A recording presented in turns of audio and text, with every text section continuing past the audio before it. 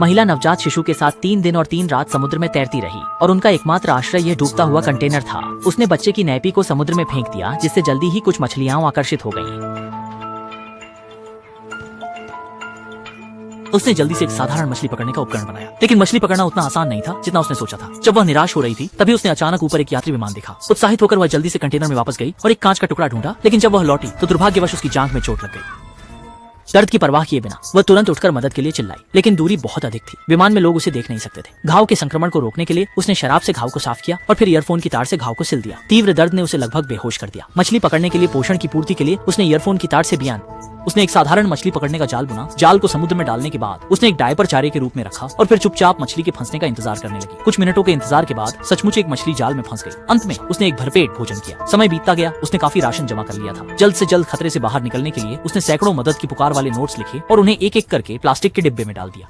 फिर उसने सभी डिब्बों को समुद्र में फेंक दिया, उम्मीद करते हुए कि जल्द ही कोई उन्हें खोज लेगा। वह नियमित रूप से पाइप से पानी बाहर निकालती थी, नहीं तो अगर पानी भर जाता तो वे समुद्र में डूब जाते। बच्चे के ठंड लगने की चिंता में उसने थर्मस में शराब डाली और फिर आग जलाकर बच्चे को गर्मी दी।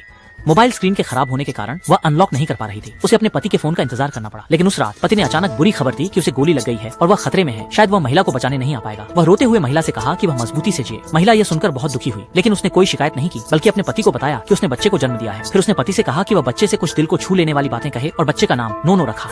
इसके बाद फोन की बैटरी खत्म हो गई और दोनों का संपर्क पूरी तरह से टूट गया। कुछ दिनों बाद पानी का स्तर पहले से ही सबसे ऊंचाई पर पहुंच गया था। उसे सबसे बुरे की तैयारी पहले से करनी पड़ी। उसने लकड़ी के तख्ते और प्लास्टिक के डिब्बे से एक छोटा सा बेड़ा बनाया ताकि कंटेनर समुद्र में डूबने पर वे लकड़ी के बेड़े के सहारे कुछ समय तक तैर सकते थे। कुछ समय बाद एक समुद्री पक्षी के दिखाई देने से उसे उम्मीद नजर आई, क्योंकि जहाँ भी समुद्री पक्षी होते हैं वहाँ से जमीन ज्यादा दूर नहीं होती। लेकिन यह खुशी ज्यादा देर तक नहीं रही। रात में छेद को बंद करने के लिए इस्तेमाल की गई सीलिंग स्ट्रिप अचानक गिर गई और समुद्र का पानी तेजी से कंटेनर में भरने लगा।